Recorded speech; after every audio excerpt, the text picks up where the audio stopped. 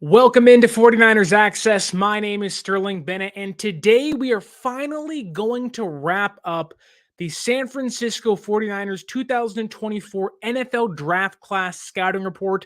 Started with Ricky Pearsall, pick 31 in the first round of this past year's draft, and we're going to end today with Tatum Bethune, linebacker out of Florida State, round 7, pick 251. We've gone through all draft picks of the San Francisco 49ers, dove into Pearsall and Cowing, the two receivers, talked about Renardo Green, Dominic Pooney, Jared Kingston, and others. And just look, this draft class as a whole, I think was pretty good. I think obviously we haven't seen them play just yet, but based off potential, based off fit, based off projections, I think the San Francisco 49ers, albeit may not be many's consensus top draft, I do think overall a lot of needs were filled. A lot of future needs were also hopefully met. And I do think overall San Francisco left the 2024 NFL draft feeling pretty good about where they were with their roster and with the incumbent rookies via the draft itself.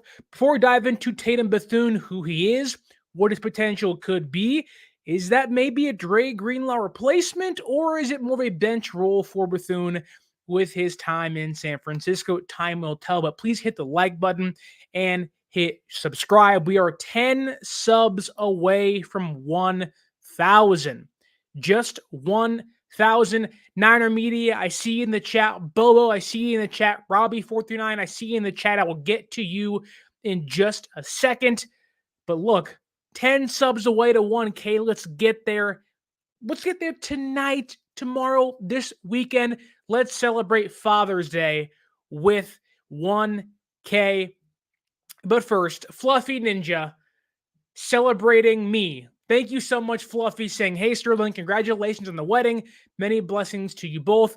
Ironically, I don't have my ring on right now. It's sitting in the front room. I was doing some dishes, but thank you so much, Fluffy. I really appreciate it. Just over 2 weeks now, been married. It's been fun. Groceries are really expensive, but let's hope Tatum Bethune can pick us up because that Costco trip today was not fun. When they got everything rung up and it was like, how much does that cost? But we'll see. Thank you so much, Fluffy. But let's dive into Tatum Bethune, linebacker out of Florida State, round 7, pick 251. He's 6 foot, 229 pounds. You would like your linebackers around 6'1 to 6'2. I don't want them too tall, don't want them too short. You will usually want them as just under the size of a tight end and just larger than the average running back. So Bethune, I guess, kind of fits, I wouldn't say in the sweet spot, but towards the bottom half of good size for a linebacker. You like the 229.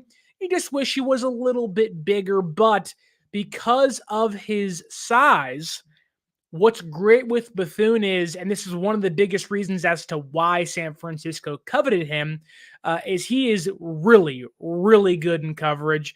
A 38 passer rating allowed last season at Florida State, and also that size into account here, 4.69 speed, so he can chase down receivers. He can stick with tight ends. He can chase down running backs out of the backfield. He is someone that when you look at who San Francisco likes to take at the linebacker position, well, you think of Dre Greenlaw, Fred Warner, if you want to go deep and dark, Reuben Foster, right? But Aziz Al-Shire in that group as well as an undrafted free agent. Tatum Bethune fits that mold of maybe you don't have the best size, but you kind of fit more of a safety hybrid. You're really fast. You're good in coverage, and you can kind of work on his tackling. But Tatum Bethune is actually a really good tackler. He's strong and he's forceful. I don't see many worries in regards to Tatum Bethune missing tackles at the NFL level. Again, he has the density, if you will, to be a forceful tackle in the NFL. And look, with time, his body improves. He gets stronger. His body becomes an NFL linebacker compared to an SEC linebacker, which he was at Florida State. But going back to his size, his speed, his coverage skills, he is a linebacker that is not going to get fooled with misdirection.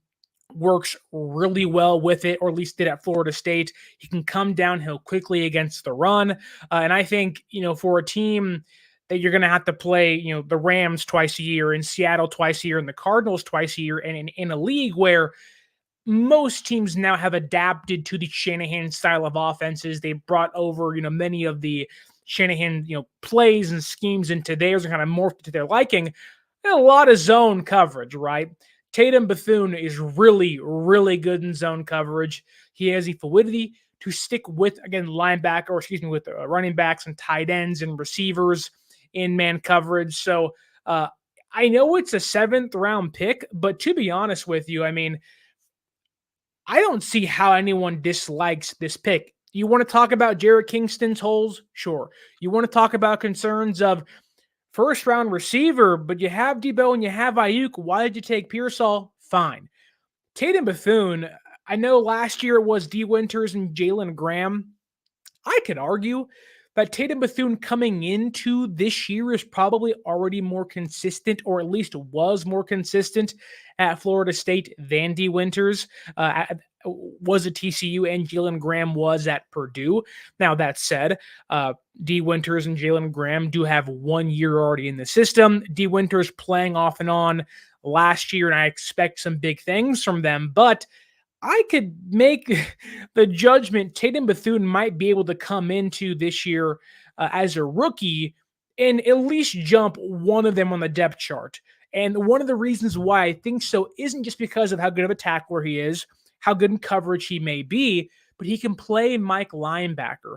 And I think that's one thing that holds D. Winters back. He wasn't really a Mike linebacker at TCU. Jalen Graham really isn't a good coverage skill linebacker. He's a thumper for sure. And I want to see Jalen Graham play at the line of scrimmage more. Whereas Tatum Bethune, if he had to play this year, and look, he's a rookie, right? It's really hard to expect big things from a rookie linebacker. They're kind of like receivers in Kyle Shanahan's system. They take 1-2 years to get ready. Even Fred Warner, who is an all-pro, and the way he's playing, his career could lend its way to a Hall of Fame jacket one day, but he's certainly a perennial all-pro and Pro Bowler. Tatum Bethune is a 7th round pick. So how much do you expect from him, right? Well, I think he's not going to start year one, nor should he, right? But I do think the strengths that he currently has do translate to the NFL at a more consistent basis than D. Winters, who I love me some D. Winters. I'll always talk about, and I always have talked about, his tape against Michigan was phenomenal in the playoffs 2 years ago for TCU. The issue with him is, how do you find consistency like that at the NFL level? Because he wasn't showing it in college. The potential is certainly there. And Bethune does not have the potential that Winters has. Don't get me wrong. But I think Bethune is going to have a better shot at finding consistency earlier in his career than D. Winters has in 1 year so far at the NFL level. He is a high floor, low ceiling kind of player that can play Mike linebacker, where let's say all hell breaks loose this year, right? And Fred Warner gets hurt, Dre Greenlaw is already hurt, Devondre Campbell happens to go down, and you're left with Winters and maybe Curtis Robinson and Jalen Graham and Bethune. There's a really good chance that Winters and Bethune are your two linebackers this year, unless I'm forgetting somebody else like Demetrius Flanagan-Falls. It really does feel like Bethune could push Winters, Graham, and even Robinson, of course, who usually gets cut each year or is a practice squad player, for a roster spot. And look, I want to make it very clear. Tatum Bethune should not see the field in year one. And if he does, something has either catastrophically gone wrong with the defense and the linebackers specifically, or he's performed extremely well and is forced his way onto the roster in the lineup. That said, I do think that in a weird world where Dre Greenlaw doesn't come back healthy or isn't 100%, and Devondre Campbell doesn't kind of round back into form that he was 2 or 3 years ago with Green Bay, there is a world where Bethune gets on the field and, while yes, will struggle, I do think would actually surprise some, being a 7th round pick all the way overall to 251. Again, I would say he's probably already on par with Winters and Flanagan-Falls as a special teamer. And if you really, really, really had to, I think he could start in a pinch, but even then, he's a rookie 7th-round pick. You wouldn't expect the world of him, in his first few weeks starting at the NFL level. Um, I do like him more than Demetrius Flanagan Falls, and I think opposite of D Winters in the future, where Fred Warner's in his early late 30s or mid 30s, Dre Greenlaw, who knows how his Achilles recovers? You hope he's back. I do think there is a world where if everything goes perfectly, right, the opposite of the catastrophic season, if everyone gets hurt, if everything goes perfectly for Bethune and Winters in their careers, you could be looking at, a low-level starter in Bethune and a high potential, starter in D Winters in the future. Now, I'm not saying I want to pair those guys. I love Fred Warner. I want Dre Greenlaw to come back. And Devondre Campbell certainly gives you some depth behind those two players. But I do think there is a world where, Tatum Bethune, if D Winters doesn't find consistency, if Devondre Campbell is a 1-year signing and is going to be gone next year, or look, let's be honest, he's also aging, right? There is a world where Tatum Bethune does become the Dre Greenlaw replacement simply because he's there, by de facto, right? Where if Winters falls out, Jalen Graham, is really hasn't been able, he's a safety transfer or convert over to linebacker. So there's going to be some bumps in the road, whereas Bethune is a pure linebacker from Florida State. He can play Mike. He's good in coverage. He has 4.69 speed, darn near 4.7 speed.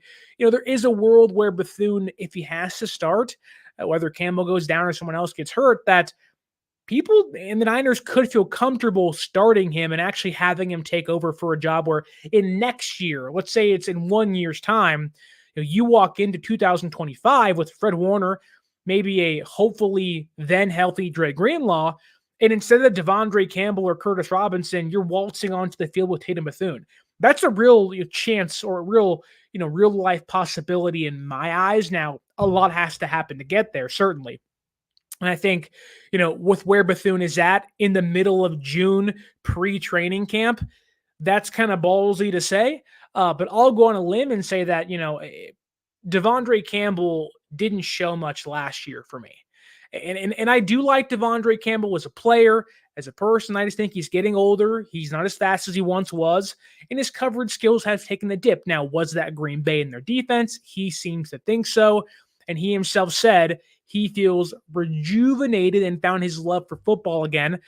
Time will obviously tell with his play on the field, hopefully translating to that. But even then this year, there's a real chance that Bethune could jump Devondre Campbell, where if they feel like, hey, Campbell's 31, 32 years old, Bethune's 24, I mean, man, like what are we doing here?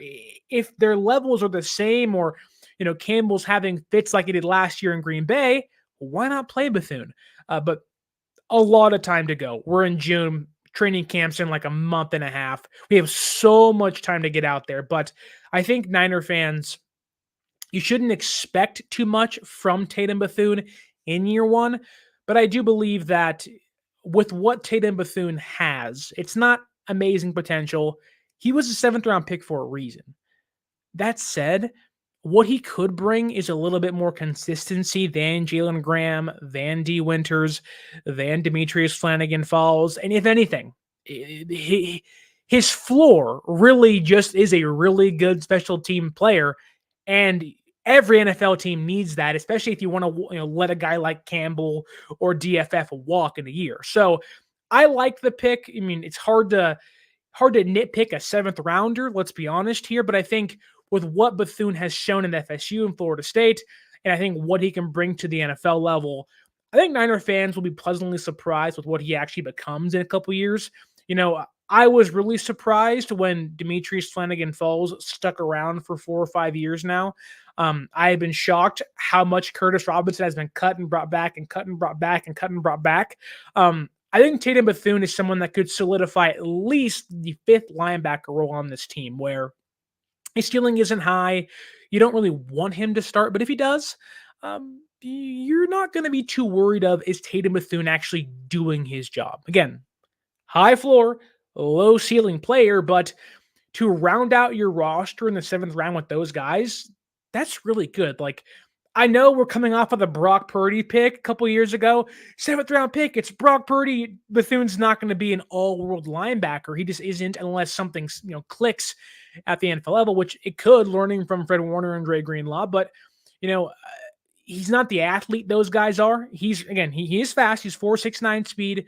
I do think he lacks size. If he was 6'1 or 6'2, 230, we're talking, the prototypical archetype for an NFL linebacker. But I think, what San Francisco likes, and you can talk to whether it's Shanahan or now Nick Sorensen, I'm sure Brandon Staley and others, and Johnny Holland being the linebackers coach, they will tell you that if you can cover, we want you. And Tatum Bethune, by all means, can cover. 38 passer rating allowed last year when targeted was really, really good. There's a reason why they brought him in for a pro day visit. There's a reason why they hosted him for a visit at Levi Stadium. And there's a reason why he was drafted here. San Francisco, of all positions, maybe outside of defensive end, late rounders, mind you, or defensive line with Chris Kosaric, has really found success finding linebackers, whether it be Fred Warner, Dre Greenlaw in the 5th round, Demetrius Flanagan-Falls, Curtis Robinson, you hope D. Winters, Aziz Al-Shire is butting into a starting linebacker at the Mike position now. I have a really good feeling about the history that this regime has had with progressing linebackers, and also with Bethune's track record. There's a lot to like in what Bethune can bring to the Niners defense. Maybe not this year, but in a couple years' time, where, once Greenlaw hopefully heals, but if he can't, maybe Bethune is the replacement for Dre Greenlaw, be it a not as good athlete as Greenlaw is at Arkansas. I want to say what's up to the Niners Sickness Podcast. What's going on, man? I want to get on your show. Hit me in the Twitter DMs and let's talk about a time and date. I want to come on your show so badly. Let's make that happen. Niner Media says, congrats to my marriage. Thank you so much. Bobo says, happy marriage, buddy. Thank you so much, Bobo. Robbie, thank you so much as well. It's been fun. Marriage is different for me. I'm 27 years old. We've been dating for 6 years now married for 2. So with that comes new experiences. We've had to buy furniture and bedding and everything in the house. And you're like, wow, the bank account just starts to slowly drain. You're like, holy crap. But we're all happy here. We got the TV, all the streaming services, this makeshift new office studio. And thank you guys so much for allowing me to be in your homes or on your phones or on your drive to and from work as we have taken a step into my new form of life. Hopefully we can take a step into the new season with some gold on all of our fingers in 1 year's time, if you know what I mean. I mean, a Super Bowl, for the love of God, please. Bobo asks here, is Dre Greenlaw expected to play at some point this season? Yes. Now, I am someone that's a little hesitant. I know many would push back on this and say, well, he'll be ready by week number 1. Is it a possibility? Sure. I'm also close to a lot of people that have had torn Achilles, and it takes a long time. My father tore his Achilles. If you know Alan Stiles, who now works at in Sacramento, was at 95.7 the game. He tore his Achilles. And Jason Dumas, 95.7 the game in Cron, he just tore his Achilles. Like, those things can take a year to heal. Now, those guys aren't NFL athletes. No offense, Alan. But it just takes a long time where, yeah, it may say you have 6 to 8 months to recover, but it all depends on how your body heals, what doctors you have. My assumption is that by week 4 to 6 is when I think we start to get rumblings of Greenlaw coming off of IR. I do think the reason why Devondre Campbell and earlier in the offseason Michael Kendricks was supposedly signed was because they knew Greenlaw was going to miss time. And it'll be 1 year at the Super Bowl. So I would like to think, maybe you can go weeks 4 through 8. That's kind of a month timetable. I think you will hear rumblings of Greenlaw's return. And I think, what a better way to have a quote unquote trade deadline acquisition in the form of Dre Greenlaw being just should have been an all-pro a couple of years ago. He's one of the best linebackers in football. My only concern is that because Greenlaw plays with so much energy, that there is a risk of him doing it again. Now, God, I hope not. But he hurt himself not actually playing, which worries me for him on the sideline. Like, Dre, just calm down, relax, man. You don't have to be jumping and doing, cartwheels and whatever karaoke on the sideline. Just stop. Just sit down and relax and enjoy the show, man. We need you on the field, not running onto the field. So he should play this year. I hope he does play, but I would expect that it's not going to happen until middle of the year, if not later on in the season. But again, I'm hoping.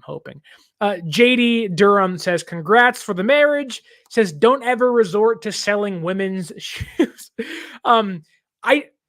I'm not going to sell women's shoes. I did tell her she had to consolidate a lot of the things that she had and said, babe, you can't have 50 pairs of shoes. Let's make that 25. And of course, you get the eye of like, are you really trying to make me get rid of my stuff? And you're like, we don't have enough room. You got to go from 50 to 25, please. So, I totally get what you're saying. Niner Sickness Podcast says, I've been married for 29 years, almost 30. Congrats to you, by the way. I hear you. And look, marriage is great. You find the person you love and you get to be with them all the time. Now, she's a teacher. So, in a couple months, August-ish, maybe late July, she'll start going back and forth to school and I'll have the house to myself. So, it'll be a man's cave because I work from home.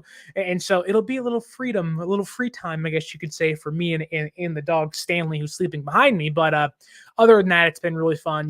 Being around the same person every single day that you love so much is definitely a blessing. Comes with challenges, mind you, but definitely a blessing. Robbie here says, what a comeback if Greenlaw comes back for the playoffs and balls out. Wouldn't it be great? A la Aaron Rodgers with the American flag. Hopefully the outcome isn't the same, but Super Bowl was at 59 this year. It's Niners and Chiefs, and leading them out of the tunnel, it's Dre Greenlaw back for the first time, or I guess he couldn't come back in the playoffs, but one can wish, right? So, man, wouldn't that be special? A Dre Greenlaw leading the team back out in the field. And look, am I the only one that I know we lost against Kansas City twice, mind you, and both times have been equally just awful. I do want to play them again. Like, third time's a charm, right? I really do want to play them again. And it's funny because Bobo says this in the chat. Jimmy G tore his knee out running out of bounds versus Kansas City. Man. You're right, Bobo. To be fair, Jimmy was actually playing on the field and wasn't running onto the field. Jimmy was scrambling for extra yardage in week 2 or 3 of the NFL season in 2018. Because that was what they lost to the Vikings in week 1. They beat the Matthew Stafford Lions in week 2 at Levi's, and then he busted his knee week 3 against Kansas City. What a horrible time to be alive for Niner fans. But yes, anyways, I do want to get to Robbie's question at the top here, because Robbie asks what is seemingly the biggest news in football today, being June 13th. And I know this has turned into a Tatum Bethune scouting report into what about Trevor Lawrence's contract extension? What's your opinion on Lawrence's contract extension? This is tough because I do like Trevor Lawrence a lot. I think Trevor Lawrence is actually a pretty good quarterback, and I think that there is potential in him to be a top 10 quarterback, top 5 quarterback. He has the archetype, he has the body, he has the build, he has the physical tools to be really good. And I know that his time in Jacksonville has been, I don't want to say tumultuous, but he had Urban Meyer for a year, I believe, and then he went to Doug Peterson, and there's been some ups and been some downs. And even Doug Peterson, I don't think is a great head coach, nor do I think is he the right head coach. He's not bad by any means, but I think if you are the Jacksonville Jaguars, you'd rather pair him with a young up-and-comer, or you get someone that's a big name, guy, right? Now, who is that? I have no idea who's out there. I'm sure Ben Johnson will be great from Detroit. Wouldn't be nice to pry him away from the Lions, but I digress. Do I think it was an overpay? Um, I think just like Brock Purdy's deal, you are paying a little bit for potential and projections, similar to Brandon Aiyuk, right? You're paying a player who's in his mid 20s, early 20s that you expect to get better over time and hopefully can reach a higher peak within the new contract they get. But I mean, man, the fact that Trevor Lawrence is now equally or is on par with Joe Burrow's contract for, I think they're tied for the highest contract ever for a quarterback. Like, you know, I love Joe Burrow as well, but there's injury history there, and I get why they paid him. For Trevor Lawrence's case, I mean, you'd never won a playoff game. Like, you can make a real argument that Trevor Lawrence, for all the talk of him being, the next great quarterback prospect and the next Andrew Luck and Peyton Manning, I think all those things are true in regards to what he could become, albeit Manning's probably a far stretch now. Trevor Lawrence, I would not call him a top 10 quarterback today. But I get what Jacksonville's doing. They have to pay for Trevor Lawrence because they tanked for him. They went through so many horrible seasons, and that includes the Blake Bortles years, where when you finally have the guy and you're a franchise like Jacksonville, who had gone through the Byron Leftwiches and David Garrards and Blake Bortles and Mark Brunells, despite their varying levels of success, you also had, who's the other guy? Blaine Gabbert, right? Once you find a guy you can actually believe in and buy into, you have to almost overpay for them. And so I do think it was a little bit of overpay because Jacksonville is Jacksonville and they're not the Patriots or the Jets or, Niners or the Rams or, teams that have been successful in recent years or a big market team. It would be like, the Houston Texans, right? Although I think CJ Stroud is already, would rank higher on my board than Lawrence would. The Texans aren't a big market, right? And I love Houston and I love that team, but they seem to have their guy, and they're going to pay him a what load of money because they're going to have to, one, to keep him, but also because he's earned it. So I do think it was an overpay. My bigger question is Brock Purdy going to get $300 million now? Because Brock has been more successful than Trevor Lawrence. Now, mind you, different teams, different systems. But Trevor's never won a playoff game. And in fact, he blew a playoff game. Well, no.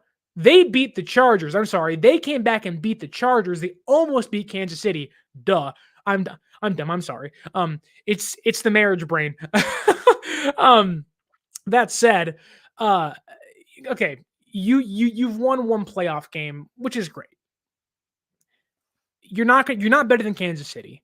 You're not better than Cincinnati, in my opinion, when Burrow's healthy. You're not better than Buffalo, who is retooling. You're not better than Houston. Like, they're probably the second best team in that division. And I'm sure this is also a reason as to why they wanted to pay him. If the Colts, and if they have their guy in Anthony Richardson and he hits and he's really good, which will she with his shoulder injury, then you may be the third best team in that division.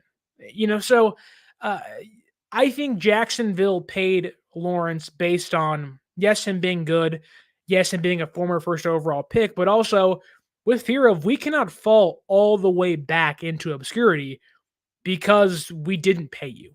Now, keep in mind, the cons who own Jacksonville are made of money, where they will give whoever they want to, like Eric Armstead, as Bobo points out, $50 million and gave Christian Kirk $20 million per year too. Now, I like the Christian Kirk deal. Do you have to overpay him to get into Jacksonville? Of course you do. But I don't think there's any state tax in Florida, so they get to keep more of that money. And the cons who own AEW and many other ventures out there in the world, they have plenty of money to spend. And I think that, they're a team in a market that, when you think of Florida football, you think of Tampa Bay, you think of the Dolphins, then you think of Jacksonville. In the AFC, Jacksonville, despite recent success of beating the Chargers in the playoffs and almost beating Kansas City a couple years ago in the playoffs, you probably would not think of them first. I would go with the Chiefs, the Chargers because of Harbaugh now, Peyton because of Denver. You look into, the Texans and Stroud, and you look at Josh Allen and the Bills and Tua and the Dolphins. you may not mention the Jaguars until team number 10 in their conference and in their division, maybe not until team 3. And I think that's right. And Bobo, to your point, you think college football before you think of the Jaguars, right? So they're the 5th team in that market, and that's just football. So they have to have something to hold on to there for their fans. And I think that, well, I guess it's an overpay for Lawrence. They had to, but all of that kind of, who cares about that conversation? Now I care about, Niner fans are in the midst of, are we going to pay Aiyuk or not? Now it's like, holy crap. How are we going to pay Brock Purdy? Is Brock Purdy going to rightfully ask for $300 million? And look, I would not blame him for asking for that. Now, I don't think he will, mind you, but, does one team's overpay mean everyone has to overpay? No. But one team's idiocy, or idiocracy, if you will, does hurt other teams. Now, I'm not calling the Jacksonville Jaguars idiots, but because I think they had to make this move, but this also does put teams like San Francisco, like, why did they do that? like, why did Christian Kirk get $20 million a year when he's been a glorified slot receiver, who I do like, mind you, but he's a slot receiver. Those guys don't deserve $20 million a year. Usually your ex-receivers get $20+ million a year. And so, we'll see what Brock Purdy asked for. And keep in mind, and again, I believe Florida doesn't have state tax. I could be wrong about that, but I don't live there, mind you. But California has like the highest state tax in the country. So if Brock Purdy asks for, $300 million, he ain't going to see half that money anyway. So I wouldn't put it past him to ask for $350 million because he's going to say, well, I want to make as much as Lawrence, but I got to get paid extra because of the state we play in, which isn't anyone's fault. It just is what it is. But it's like, man, so, and when you break it down, Purdy's been more successful than Trevor Lawrence. I just think, let's say you flipped teams, right? Let's say Purdy was in Jacksonville. I don't think he gets the contract Trevor Lawrence just got. I truly don't. I don't think, and I love Brock Purdy. I truly do. How could you not? But I don't think Brock Purdy gets a $295 million contract from the Jacksonville Jaguars, despite being the 7th round pick, Mr. Relevant. And I don't think he would have as much success in Jacksonville as he's had here. And I think Trevor Lawrence, would have equal to, maybe a little lesser success than Purdy's had so far. But that's kind of splitting hairs, and you can't switch teams like that. So it's relevant. But I do think that, what Brock Purdy's worth to the Niners, you hate to play this game because Brock Purdy, it's a quarterback, the most important position in all sports, most likely, right? And we've seen the offense take and hit new strides with him on the field in this offense compared to Jimmy G, Trey Lance, Brian Hoyer, Mullins, and Beathard. So could you ask, is Brock Purdy worth as much to the Niners as Lawrence is to Jacksonville? Maybe it's equal, maybe it's less, maybe it's more. I think there's arguments for all of those. Now, with that said, you're still paying Brock Purdy a crap ton of money. Like the Brink truck is already being backed up, and he can't even get paid yet. So I think that for the Niners, what you will probably do is load that sucker up with guarantees at the beginning of the contract, front load that sucker if you have to, and really just kind of get all of Purdy's money out of the way early. That way, once he's into year 6 and 7, and if it is a 10-year deal, who knows, 6, 7, 8, 9, he's making chump meat, and you're like, oh, he's making nothing. We have this window's wide open, right? Kind of like Tom Brady did, where Tom Brady did take big money, but it was constant restructures. The way he structured contracts were, pay me all in the front that way, or pay me in all guarantees. That way I get to go home with the money in a bag and, have parties with Giselle, at least not anymore, but they used to, with the kids and whatnot. And, during the year, the Patriots could add whoever they wanted to, whether it be Moss, Welker, Dante Stallworth, pay Seymour, pay Vince Wilfork, go get Revis and Stephon Gilmore, and just add to that defense and offense constantly for Tom. Now, I know there's a lot of similarities in between or between Purdy and Brady, late round pick, success. The stories are incredible. Um, I don't know if Brock Purdy's gonna take the Tom Brady approach to a contract extension, mind you. Um, I think that Purdy, for as humble as he is, for as good of a person as he is, he's going to want to get paid. And San Francisco is already preparing and paving that path to pay him, which begins or has already began, right? That was restructuring Christian McCaffrey. It could be the eventual restructuring of an extension of Trent Williams. It could be, extending Jawan Jennings and restructuring Kittle and Fred Warner and others to open the door. And I think, the eventual hopeful extension of Aiyuk opens that door further where they do front load the crap out of that contract for Brock Purdy to, again, keep the window open for a long time where if in year one they have all this money to spend, man,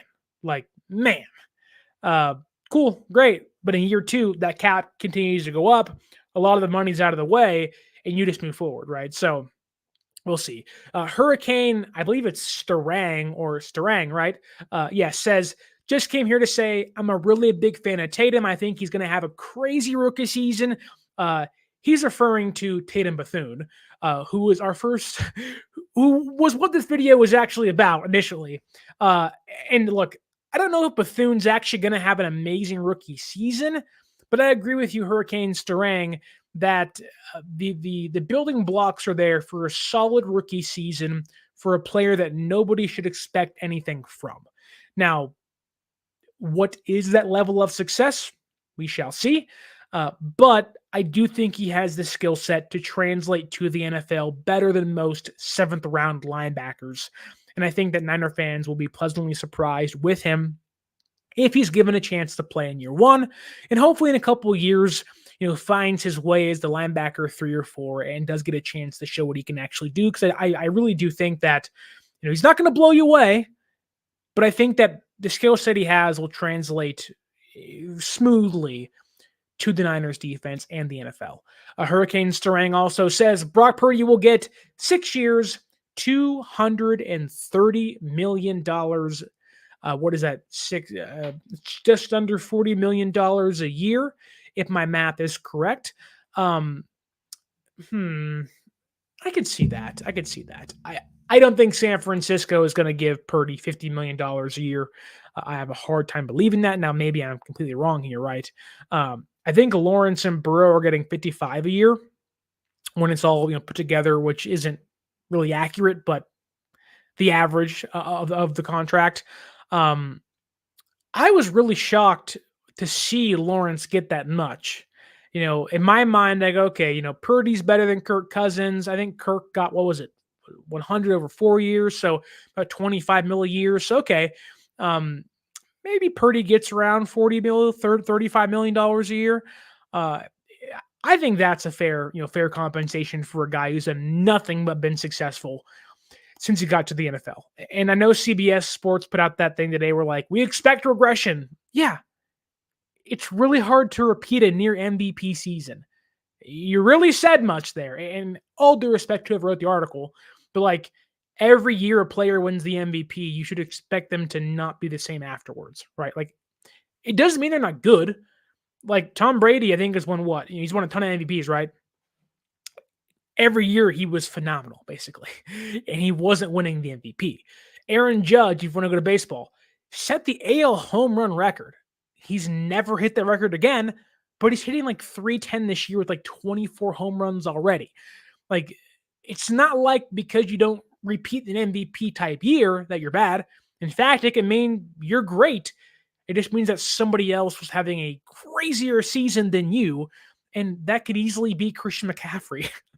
So it's not like it would hurt San Francisco in the long run if McCaffrey or Purdy both won, or one of them won the MVP and one of them took a back seat for half a year. So, yeah, I could see 6 years, 230 for Brock Purdy.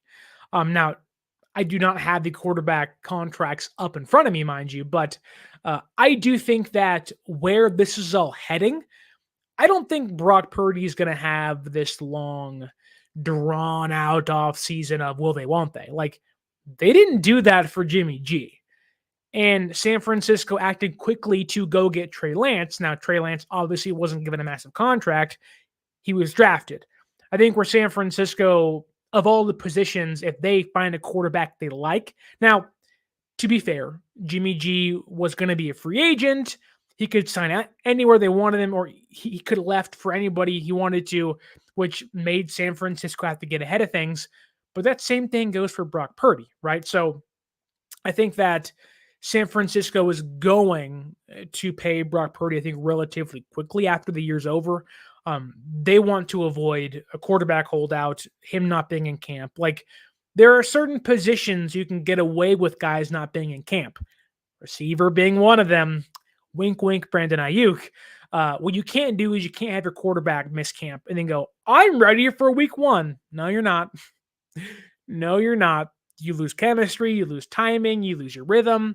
Like, I think $35 to $40 million is a good spot for Brock Purdy. Now, again, I have no idea who's getting, all the in-betweens. I know it's Burrow and Lawrence tied for the top and everybody else.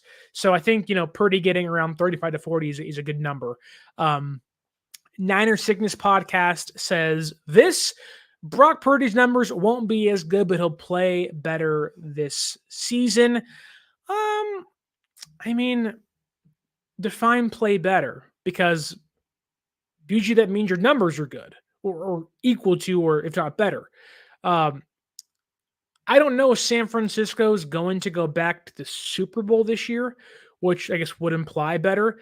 I think, and even then, it's not like Purdy had many flaws. Purdy's biggest flaw was not having Deebo for 3 games and Trent for 3 games, and maybe playing poorly in the rain.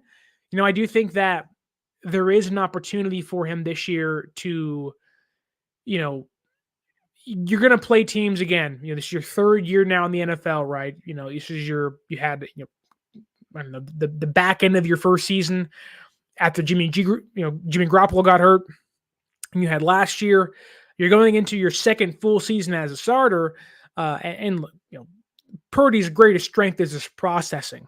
I think that in big moments where, last year sometimes the offense may have sputtered in spots where they put up 35 points or 28 points, but it could have easily been 40, could have easily been 50.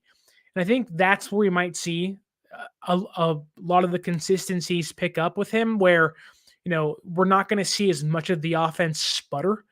Here we go. Niner Sickness Podcast says this to clarify: better in a sense that he'll make better decisions. He will get the ball into tighter spaces, and I believe he'll run more when the coverage breaks down. Yeah, I think, I agree with you.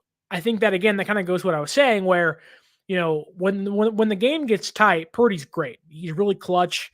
And to be fair, it's not like they played a lot of tight games this year, but I do think that there was a lot of times, mainly in the Super Bowl, where the offense was kind of a non-factor. And I think we will see that go away. Now, I don't know if Purdy's going to hit, 40 touchdown passes or whatever, but I do think that you are going to find times where in previous years where the offense did kind of find itself stuck in the mud, them getting out of that quicker. And I think that comes back to processing, seeing the game for us, now 3 seasons or 2.5 years now. And I think that, having a full off season, no injury, there's no reason as to why maybe Purdy's numbers don't look better, but there is a more precise version of Brock Purdy coming into the year. And I think against teams like Buffalo and Green Bay in the winter, we'll see that. I think against teams like Kansas City, where he gets keep in mind, Brock Purdy has never lost to the same team twice, right? And so I think, or consecutive times.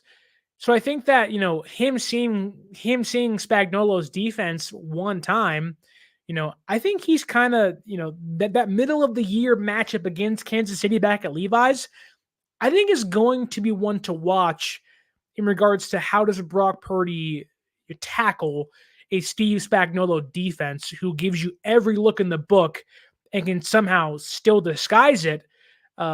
Facing that the second time, how does Brock Purdy look?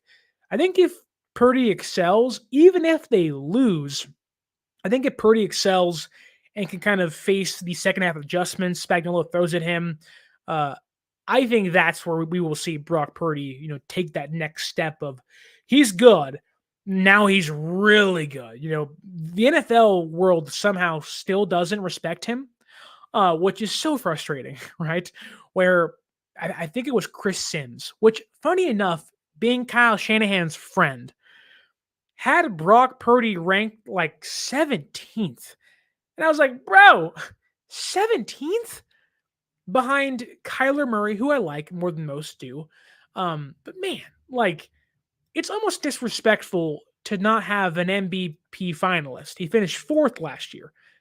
To have them 17th, MVPs, yes, are a quarterback category usually, but Christian McCaffrey finished third.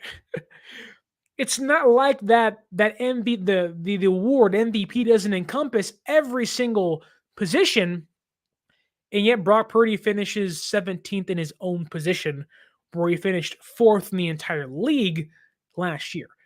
It doesn't make sense to me. And I think that we will see that come to fruition of, I think, a lot of the national media, where the story's great, he's a darling.